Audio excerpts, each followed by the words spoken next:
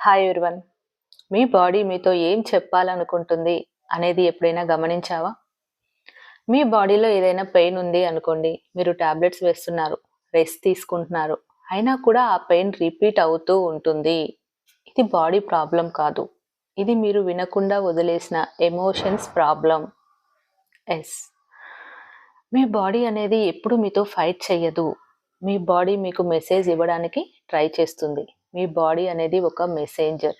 మీ మనసు చెప్పకుండా వదిలేసిన బాధను మీ బాడీ మీకు పెయిన్‌గా చూపిస్తోంది. నెక్ పెయిన్ అంటే రెస్పాన్సిబిలిటీస్ ఎక్కువ, సపోర్ట్ తక్కువ అనే ఫీలింగ్. బ్యాక్ పెయిన్ అంటే అన్నీ నేనే మోస్తున్నాను అనే ఫీలింగ్. స్టమక్ ఇష్యూస్ అంటే ఫియర్, యాంగ్జైటీని డైజెస్ట్ చేసుకోలేకపోవడము. చెస్ట్ టైట్‌నెస్ అంటే సాడ్‌నెస్‌ని సప్రెస్ చేయడము, అన్‌క్రైడ్ టీయర్స్ వల్ల. ఇక్కడ కోయిన్సిడెన్స్ కాదు ఇవన్నీ కూడా. ఇది బాడీ లాంగ్వేజ్. బాడీకి లాంగ్వేజ్ లేదు కాబట్టి అది పెయిన్‌తో కమ్యూనికేట్ చేస్తుంది. ఇక్కడ మీరు పెయిన్‌ని సైలెన్స్ చేయడం కాదు, అర్థం చేసుకోవడమే హీలింగ్.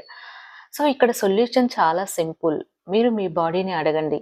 "నువ్వు నాకు ఏం చెప్పాలి అనుకుంటున్నావు?" అనేసి. దాన్ని జడ్జ్ చేయకుండా, పుష్ చేయకుండా, ఫిక్స్ చేయాలి అని ట్రై చేయకుండా లిజన్ చేయండి. అక్కడే హీలింగ్ స్టార్ట్ అవుతుంది.